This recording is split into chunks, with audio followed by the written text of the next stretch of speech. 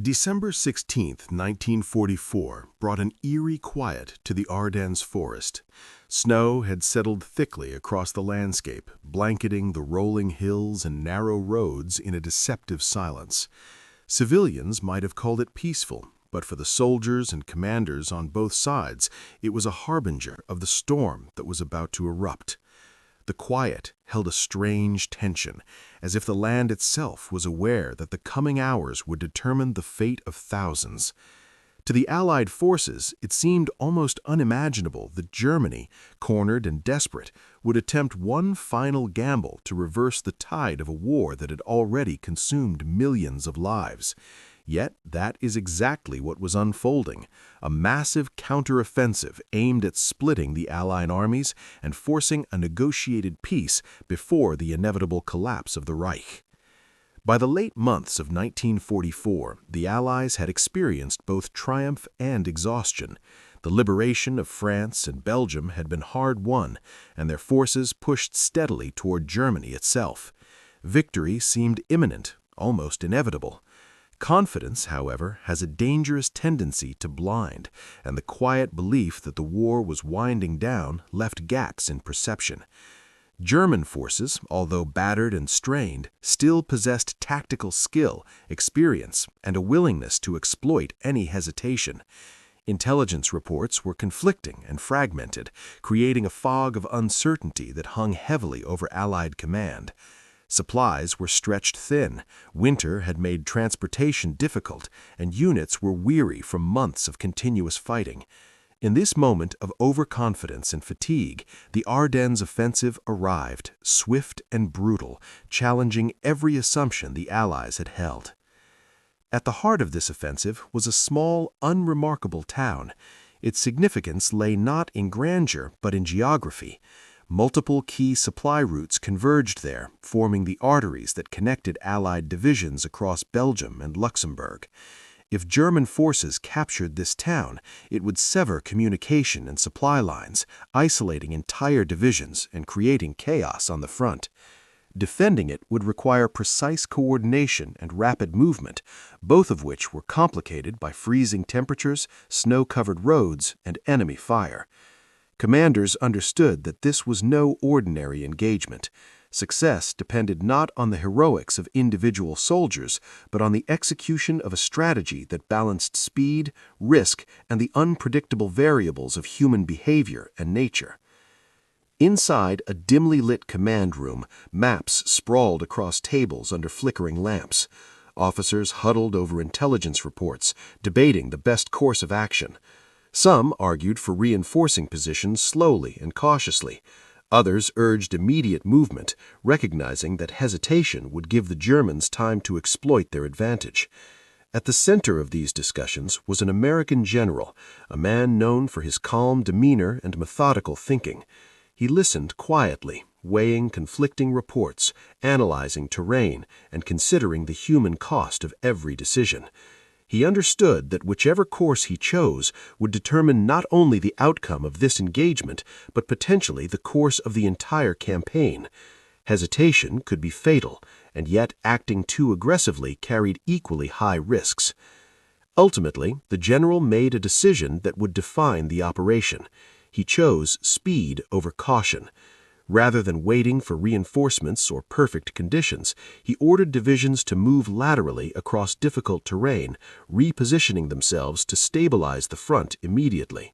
It was a risky maneuver, exposing units temporarily, relying on imperfect intelligence, and trusting that the enemy would not anticipate their speed. Yet he recognized that in war, waiting for certainty is often more dangerous than acting on calculated risk. The choice was as much psychological as strategic, demanding trust in the initiative and resilience of the soldiers under his command. Mobilizing thousands of troops under such conditions was no small feat. Roads were icy and treacherous, lined with snow-laden trees that hid ambushes and obstacles. Convoys stretched for miles. Headlights dimmed to avoid detection, while engineers worked tirelessly to clear fallen trees, repair damaged bridges, and make routes passable. Supply officers rerouted fuel and ammunition to match the unexpected paths, improvising as circumstances demanded. Every hour mattered, and any delay could result in disaster.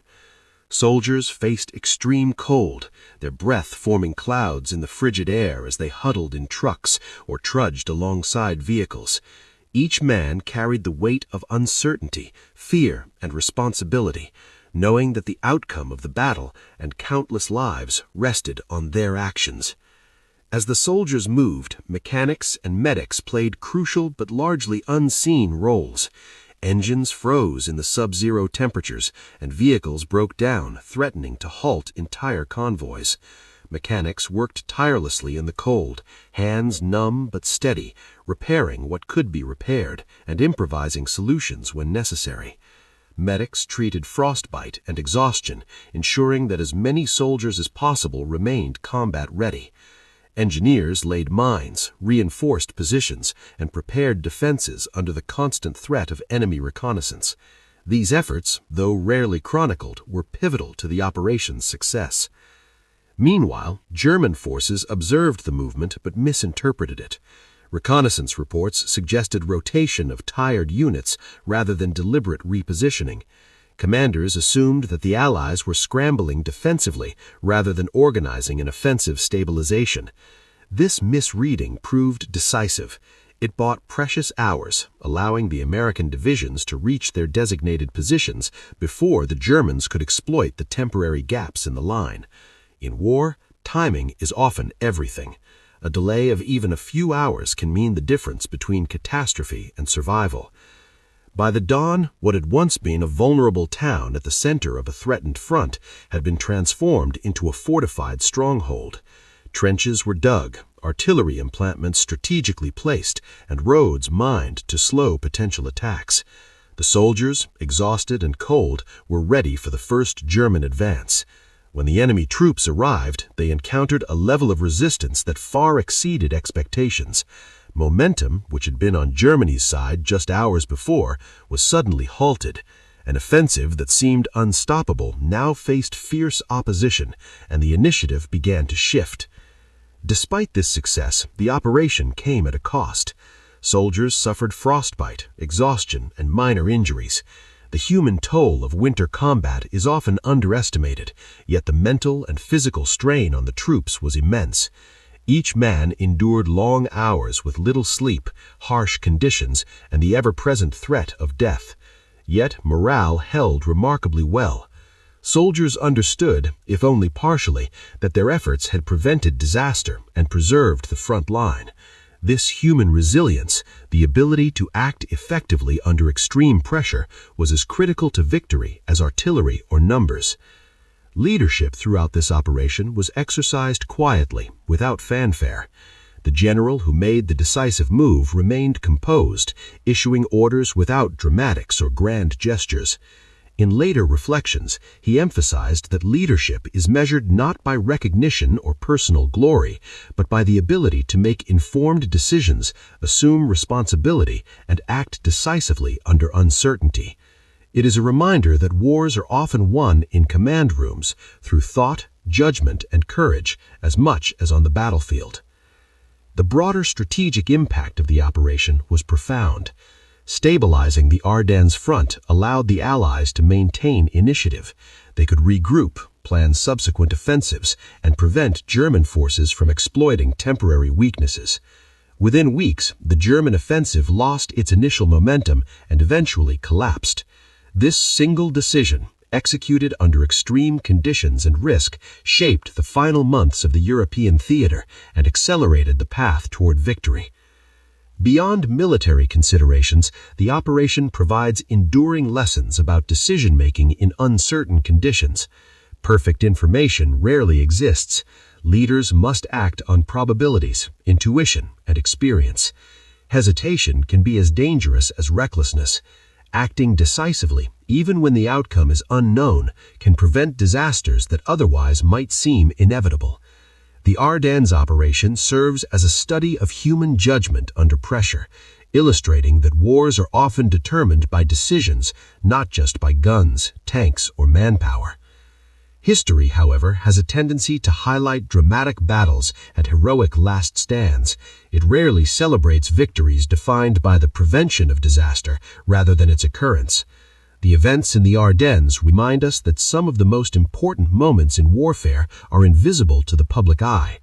Soldiers and commanders succeed not because of spectacle, but because they act effectively, quietly, and decisively when no one is watching. The Battle of the Bulge, as it would come to be known, is remembered for its snow, freezing temperatures, and fierce combat. Yet behind every headline-worthy clash were countless decisions like this one, calculated, risky, and crucial. The human dimension, the courage, endurance, and judgment of individuals determined outcomes in ways that statistics and maps could never fully capture. These are the stories that history often overlooks, but they are no less important than the battles themselves. As snow continued to cover the Ardennes, the soldiers,